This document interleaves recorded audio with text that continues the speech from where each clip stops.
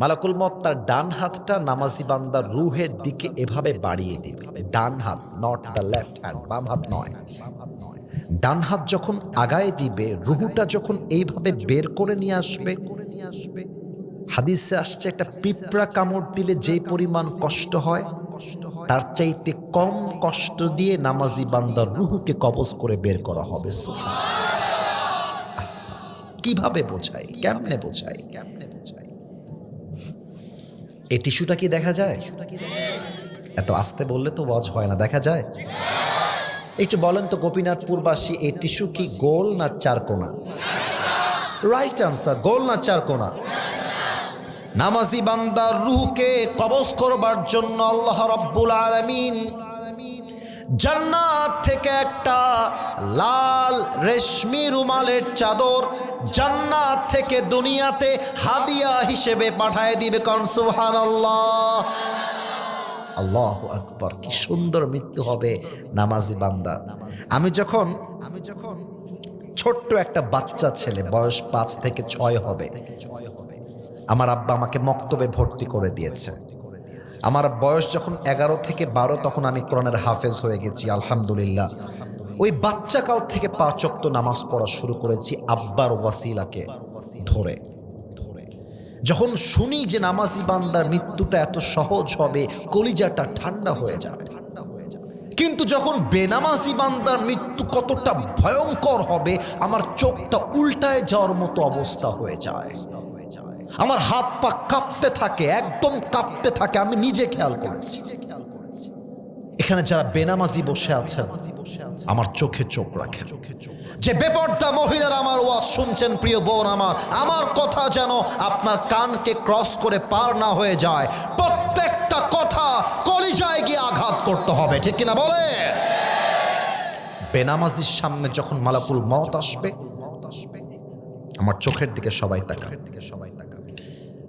এই পুরো চোখের এই এরিয়াটা হবে টকটকে লাল, পুরোটা লাল হবে। গায়ের চামড়ার পুরো রং হবে নীলাভ বর্ণের চামড়া। দেহের যে পোশাকটা হবে কালো কুচকুচে পোশাক হবে। চেহারা হবে কুৎসিত। পা থাকবে জমিনে, মাথা থাকবে আকাশ বরাবর, বিশাল লম্বা। একজন বেনামাজি মুরব্বী যে বিড়ি খেয়েছে, সিগারেট খেয়েছে, যে যুবক পর্নোগ্রাফির নেশায় আসক্ত ছিল, যেই মেয়ে আজীবন বয়ফ্রেন্ড নিয়ে পার্কে গিয়ে প্রেম করেছে, অবৈধ কাজ করেছে, মালাকুল মউতকে দেখার সাথে সাথে চোখটা উল্টায় যাবে, দেহটা থরথর থরথর করে কাঁপতে থাকবে। আর ডান পাশ দিয়ে অথবা বাম পাশ দিয়ে সাদা সাদা ফেনা বের হওয়া শুরু হয়ে যাবে। আর মালাকুল মউত এবার চিৎকার দিয়ে বলবে, ইয়া আইয়াতুহান নাফসুল খাবিসা উখরুজি ইলা গাযাবিল্লাহ। এই বেনামাজি, বের হ। এভাবেই চিৎকার দিবে, এর চাইতে ভয়ঙ্কর চিৎকার। বের হ, বের হয়ে আয়। বেনামাজি তখন তাকায় থাকবে, কাঁপতে থাকবে, বোবা হয়ে যাবে, কথা বলতে পারবে না। বের হ। চিৎকার যখন মালাকুল মউতের কানে আসবে, রূহটা ছিঁড়ে বের হয়ে যাবে। একবার ডান দিকে, বাম দিকে, পেছন দিকে দৌড়াতে থাকবে। মাইকটা একটু হঠাচ্ছি, আমার বাম হাত দেখবে। এবার বেনামাজির দিকে মালাকুল মউত তার বাম হাতটা পেছন দিক থেকে নিয়ে একটা থাবা দিবে। থাবা যখন দিয়ে বের করবে ছিঁড়ে, হাদিসে আসছে একটা জীবিত ছাগলকে জাবেহ না করে তার চামড়া কেউ যদি ব্লেড দিয়ে এভাবে ছিঁড়ে ফেলে, ব্লেড দিয়ে, চাকু দিয়ে, ওই ছাগলটার যে পরিমাণ কষ্ট হয় তার চাইতে কমসে কম 70 গুণ বেশি কষ্ট দিয়ে বেনামাজি বান্দার রূহকে কবজ করা হবে। বলেন সবাই নাউজুবিল্লাহ।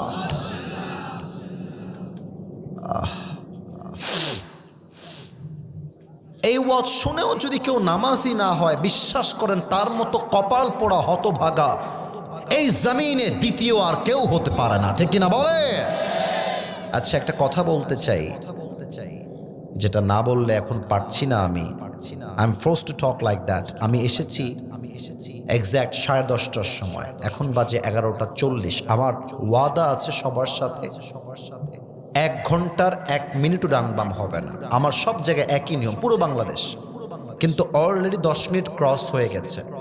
আপনারা কি আমার থেকে এই মুহূর্তে দোয়া দেখতে চান না ওয়াজ শুনতে চান? আর একবার প্রশ্ন করি, দোয়া চান না ওয়াজ চান?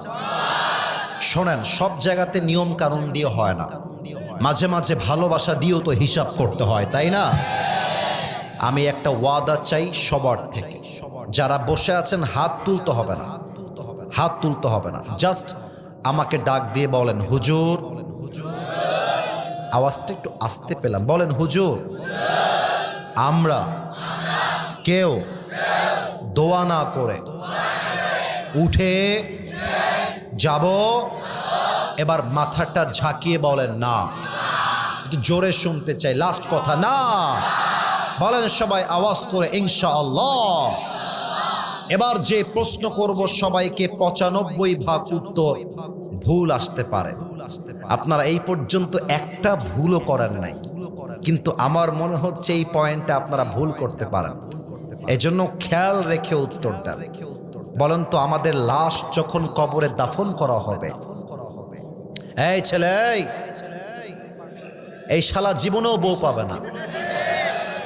আমি ভালো ছিলাম, খারাপ করে দিল ওই আমাকে। আচ্ছা ঠিক আছে, ওর সাথে আর একটা উঠছে, ওর উপর রাগ, ওর প্রতিবন্ধী বুঝলাম, ওই উঠলো কেন? এই আমার দিকে তাকান, তাকবীর দেন, নারে তাকবীর। বলেন মাইয়াতকে কবরে দাফন করার পরে মোট প্রশ্ন কয়টা হবে? 4টা। কে বলেছে? হ্যাঁ রাইট, পেছনে আছে 4টা। 2 জন লোক পাওয়া গেছে যারা 4টা বলেছে, and that is the right answer. আপনারা যারা বলছেন, আমি বলতেছি 4টা হবে মূলত তাদের জন্য যারা 3টা প্রশ্ন পারবে। সবার জন্য 4টা প্রশ্ন নয়। প্রশ্নগুলো আমি করব, আপনারা উত্তর দিবেন। প্রথম প্রশ্ন, মর রব্বুক। বলেন আমাদের রব একজন, তিনি কে? এটা গোপীনাথপুরের সাউন্ড হয় না। আবার আমাদের রব একজন, তিনি কে? আল্লাহ আমার রব। গাইলেন না কেন? বলেন আল্লাহ আমার রব। দমে দমে তনু মনে তারি অনুভব। তোমার দুনিয়াতে আমি যেদিকে তাকাই, অথই নেয়ামতে ডুবে আছি সবাই। পাখপাখালির কণ্ঠে শুনি তাসবিহ কলরব, তাসবিহ কলরব। আল্লাহ আমার রব, এই রবই আমার সব। রবকে 2 নাম্বার প্রশ্ন জিজ্ঞেস করার পূর্বে আমার দিকে একটু তাকান তো। আমি যে হাত দিয়ে এটা ধরতেছি, নাড়তেছি, কালো কালো, এটার নাম কি? দাড়ি। মাশাআল্লাহ। আর একবার, এটার নাম কি? একটা উত্তর সবাই মিলে দিবেন, মুরব্বীরাও দিবেন। আমি যে আমার নবীকে ভালোবেসে দাড়িটা রেখে দিয়েছি যুবক বয়স, আব্বা জান, উত্তর যেন আসতে না আসে। আমাকে দাড়িতে কি আনস্মার্ট লাগতেছে? অসুন্দর লাগতেছে?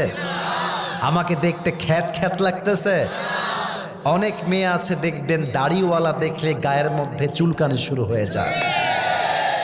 ওই এক ছেলে বিয়ের জন্য পাত্রী দেখতে গেছে, বিয়ের জন্য। এখন বিয়ের জন্য কথাবার্তা সব আগায় গেছে, বিয়েটা হয়ে যাবে যাবে ভাব।